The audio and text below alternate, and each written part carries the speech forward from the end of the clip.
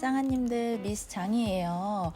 오늘은요 여러분 거의 처음인 것 같아요. 잠실 롯데호텔 사육 호캉스 영상입니다. 왜 사육이라고 하시는지는 여러분들이 이제 보시면 알 텐데, 제가 1박 2일 이 호캉스 하는 동안 4끼를 먹었거든요. 일단 이 영상 같은 경우에는 리우 언니가 이미 업로드를 했기 때문에 좀 더 자세한 정보는 막갱리우 페이지에 가서 참고해 주셔도 될 것 같아요. 여기는 처음 와봤는데 5성급 치고는 세월의 흔적이 묻어나는 듯 정감 가는 그런 느낌입니다. 그리고 약간 엘리베이터도 롯데월드 느낌이 나고 정보 전달 겸 브이로그 느낌으로 오늘은 진행을 해볼게요. 캐치 테이블을 통해서 알게 된 롯데호텔 월드 파인다이닝 앳 룸이라는 이제 패키지인데요. 약간 5성급 호텔 스위트룸에서 파인다이닝 코스 요리 즐기기 이런 느낌으로 생각하시면 될 것 같아요. 애프터눈 티, 해피아워, 룸서비스, 조식까지 아주 그냥 배 터지는 사육 호캉스인데, 앱에서 이제 주니어 스위트룸 첫 결제 시 53만원으로 뜨는데 주말이랑 성수기 포함 요금이 총 65만 1,000원으로 저희가 이용을 했었고요. 룸서비스 빼고 식사는 거의 여기 모두 28층 클럽 라운지에서 이루어진다고 보면 될 것 같아요. 체크인도 마찬가지고요. 그리고 이렇게 웰컴 기프트를 보라 곰돌이 인형도 주시더라고요. 그리고 애프터눈 티 같은 경우에는 샌드위치, 계절 과일, 케이크, 쿠키 등 약간 작은 디저트들, 푸티프루 같은 것들이 준비가 되고 커피, 차 등 간단하게 즐길 수 있는 먹거리들이 있습니다. 에피타이저처럼 조금씩만 맛보면 좋으실 것 같아요. 그 다음 이제 애프터눈 티 같은 경우에는 2시에서 4시까지 이용이 가능한데, 제가 3시 좀 넘어서 도착을 해서 뭐 엄청 오랫동안 즐기진 못했는데 체크인도 3시부터 진행을 하고요. 총 3부제인데 5시 반에서 6시 반으로 그 해피아워를 예약했어요. 왜냐면 이제 애프터눈 티가 2시에서 4시인데 시간이 애매해서 최대한 빨리빨리 먹어놔야 이따 룸서비스까지 즐길 수가 있잖아요. 그래서 여쭤보니까 여기 자체가 중간에 이제 약간 브레이크 타임처럼 준비하는 시간이 있는데 앉아는 있을 수 있는 것 같더라고요. 그래서 최대한 일찍 하나도 놓칠 수는 없고 룸서비스는 즐겨야 하기 때문에 가장 빠른 시간으로 예약을 했고, 애프터눈 티가 끝나고 앉아서 수다 떨면서 대기가 가능합니다. 클럽 라운지는 상시 운영이라고 보면 될 것 같아요. 사람도 없고 조용해서 좋았고, 해피아워나 조식 같은 경우는 코로나 때문인지 1시간 이용 가능하다고 하네요. 그리고 이제 중간에 준비하는 시간에도 사이다나 탄산수, 물 같은 거는 시간 제한 없이 무제한으로 이용할 수 있더라고요. 이제 사람들 없을 때 해피아워에 뭐가 나오나 물색하고 미리 찍어봤는데요. 해피아워는 일단 술이 무제한이죠. 근데 생각보다는 종류가 많지 않았어요. 그 외의 음식들은 술안주 필수인 치즈나 햄플레이트, 감자튀김, 새우볶음밥, 그리고 이제 까넬로니, 그 다음엔 해산물 그라탕, 탕수육, 이렇게 몇 가지 요리들이 준비되고, 케이크, 과일 등이 좀 더 다양하게 아까 애프터눈 티보다 나오고, 그리고 포케랑 아스파라거스, 그리고 가리비랑 버섯 요리까지, 그리고 뷔페에서 빠질 수 없는 연어는 정말 어딜 가나 뷔페에서 보기 쉽죠? 준비가 되고, 대망의 이제 로스트 비프입니다. 이게 해피아워의 하이라이트였는데 부위는 방심 부위라고 해요. 우둔살 쪽을 방심이라고 하기도 한다고 하네요. 여러분, 해피아워에서 너무 먹고 방심해서 룸 파인다이닝 코스 못 즐기시면 안 됩니다.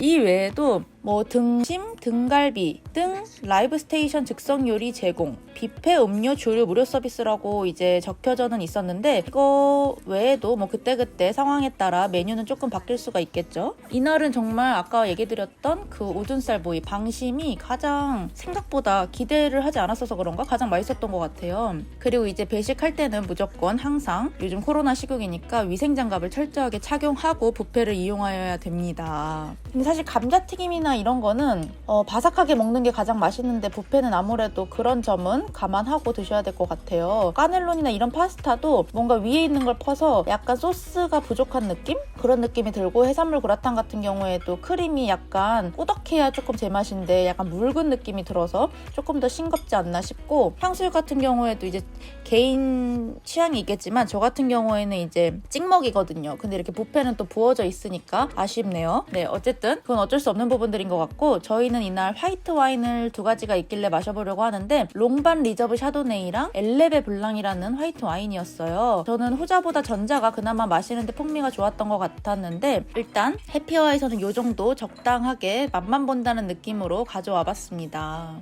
그렇게 해서 화이트 와인도 먹어보고, 로봇 기계가 저절로 움직이면서 이제 맥주나 탄산수 이런 것들도 돌아다니면서 멈출 수가 있어서 그냥 딱 터치하면 원하는 거 가져가서 드실 수도 있습니다. 그래서 저희는 와인 먹다가 맥주도 한번 마셔봤고요. 그 파인다이닝 앳 룸, 이게 지금 이 영상의 하이라이트잖아요. 그래서 약간 먹기 전에 소화시킬 겸 뭔가 액티비티한 것을 할 수 있었으면 좋았을 텐데, 지금 이 롯데호텔 월드 같은 경우에는 피트니스 클럽이나 사우나, 수영 수영장은 개조 공사로 인하여 이용이 불가했습니다. 이 점이 어떻게 보면 되게 호캉스에서 큰 부분을 놓치는 아쉬움이기도 한 것 같아요. 왜냐면 이제 계속 먹기만 하니까 뭐 나가서 산책하는 거 아닌 이상 약간 소화시키기가 애매하죠. 그리고 이제 룸 같은 경우에는 21층 끝쪽에 위치해 있었는데요. 저희가 있었던 룸 같은 경우에는 주니어 스위트 룸이에요. 그래서 엄청나게 큰 그런 스위트 룸은 아니고 그냥 적당히 작은 거실 있는 느낌, 그리고 침실 따로 있는 그런 느낌의 이제 주니어 스위트 룸인데, 일단 딱 들어가니까 와인이랑 과일 같은 웰컴 푸드라고 할까요? 그런 것들은 어느 정도 미리 준비가 되어 있더라고요. 그리고서 이제 전망이 궁금했는데, 이렇게 거실에는 TV랑 탁자, 소파 이런 게 있고, 딱 보면 바로 앞에 이제 한국에서 가장 높다는 롯데타워가 보이더라고요. 그리고 약간 저 금색 빌딩이 뭔가 궁금했는데 롯데캐슬인가 싶어요.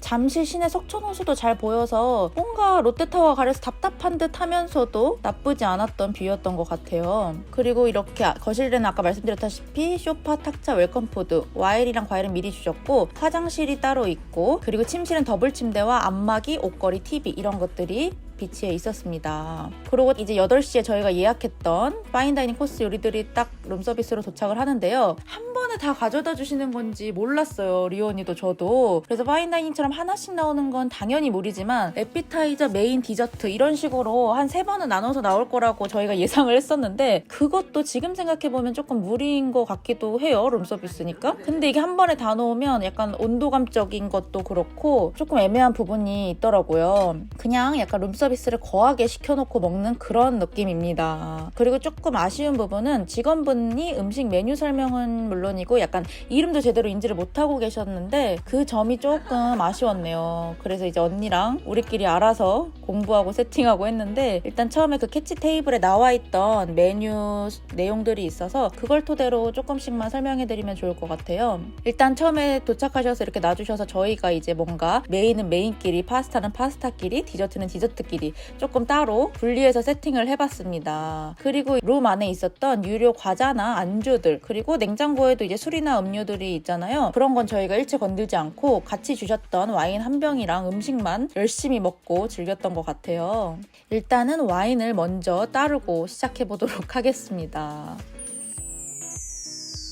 일단 메뉴 같은 경우에는 모듬 연어 플레이트, 아보카도와 다양한 콩을 곁들인 샐러드, 트러플 향의 컬리플라워 스프, 이탈리안 야채 스프, 생강 향의 전복, 랍스터구이와 프레골라, 그리고 리가토니 파스타, 메인으로는 양갈비랑 안심 스테이크, 디저트로는 바닐라 타르트, 계절과일 프리미엄 케이크, 이렇게 메뉴가 10가지가 준비되는데요. 일단 더 식기 전에 가장 중요한 메인부터 먹어야 할 것 같아서 안심부터 잘라봤는데, 안심도 슥슥 굉장히 잘 썰리더라고요. 미디움 레어로 굽기도 좋고 고기 질도 생각보다 괜찮았던 것 같아요. 육향도 꽤나 있고 부드럽게 씹히는 맛까지. 그리고 양갈비 같은 경우에도 특유의 양 냄새가 많이 안 나고 맛있게 먹었어요. 생각보다 메인은 괜찮은데? 그래서 마지막까지 양갈비 같은 경우에도 뼈 잡고 뜯어 먹었습니다. 그리고 이제 엉성하지만 소스도 뿌려 먹고, 나중에는 이제 뭔가 접시가 많으니까 이게 자리를 너무 많이 차지하잖아요. 그래서 안 되겠다 싶어서 저희가 야채는 야채끼리, 고기는 고기끼리 모아서 접시를 최소화했던 기억이 납니다.